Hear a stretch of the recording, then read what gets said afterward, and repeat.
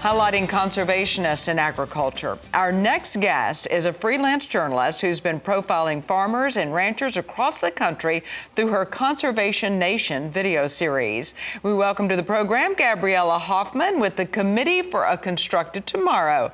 Thank you so much for being with us, Gabriella. Give us a little background on yourself and your work. Hi, Tammy. It's great to join you, and I'm happy to share my work. So, as you mentioned, I'm a freelance journalist, and I'm also a multimedia specialist. In addition to my work with the Committee for a Constructive Tomorrow, I'm also a senior fellow with the Independent Women's Forum Center for Energy and Conservation, where we highlight ranchers and farmers with respect to conservation practices and policies and their work as private stakeholders. But as your viewers may see, I'm a little removed from farming myself. The last person in my immediate family who was a farmer was my late maternal grandfather. He was a farmer in what is now modern day Lithuania. It's a Baltic country, very prosperous country. But at the time he was a farmer, it was occupied by both Nazis and Soviets.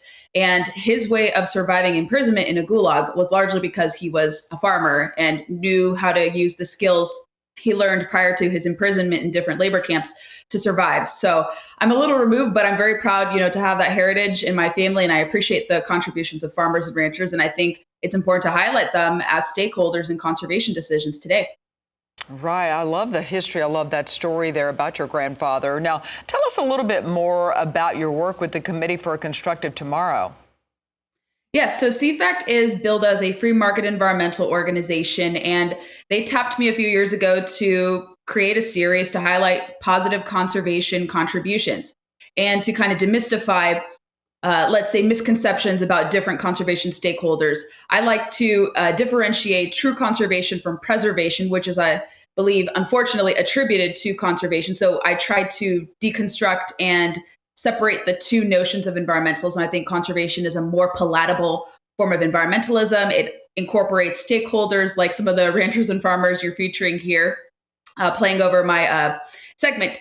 And I think conservation is extremely important. It doesn't get its proper due. People misconstrue what it is. Like I said, preservationists, environmentalists who don't welcome the contributions of farmers, ranchers, hunters, anglers, energy workers, and other key stakeholders who make American conservation a success. You need multiple parties, you need multiple people involved. And so I thought it would be prudent to highlight these people who often don't get their due, who often are misrepresented, and highlight what they truly do, how they power the country, how they feed the country, and how their land stewardship practices with respect to farmers and ranchers really do make land, water, and all these wild spaces better. There has to be a cohesiveness between the two. They shouldn't be at odds with one another. And I think highlighting ranchers and farmers, for instance, is extremely important to paint a rather accurate narrative of what true conservation practices are. And they fit very well into this model. It is very, very wonderful that you can help share their story and get that accurate story out there as well. You've even briefed members of Congress on conservation issues. Did you see any type of correlation or discrepancies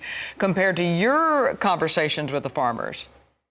No, I regularly meet with members of Congress for both CFACT and the Independent Women's Forum, as I alluded to earlier. And they're appreciative of seeing, a young person like me, like I said, who's a little removed from farming and ranching directly. But I have a lot of friends and I've made a lot of contacts through my reporting work across the years.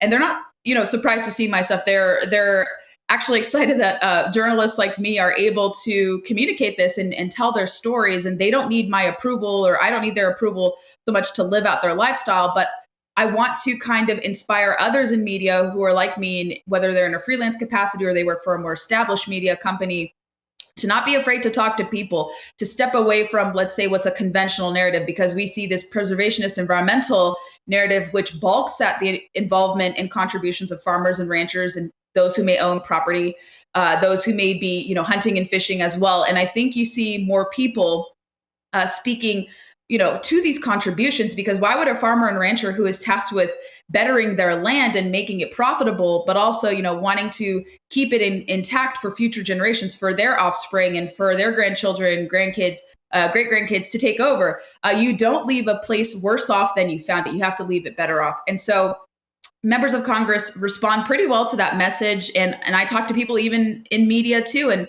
they like what we're doing. And I hope I inspire other people to also cover this and to speak to these really critical stakeholders as well, because they matter, and they're not trying to purposely despoil the environment as a lot of people claim they are. All right. Well, I do think you inspire a lot of people. That's host of Conservation Nation with Committee for a Constructive Tomorrow, Gabriella Hoffman. Appreciate your time today and what you do.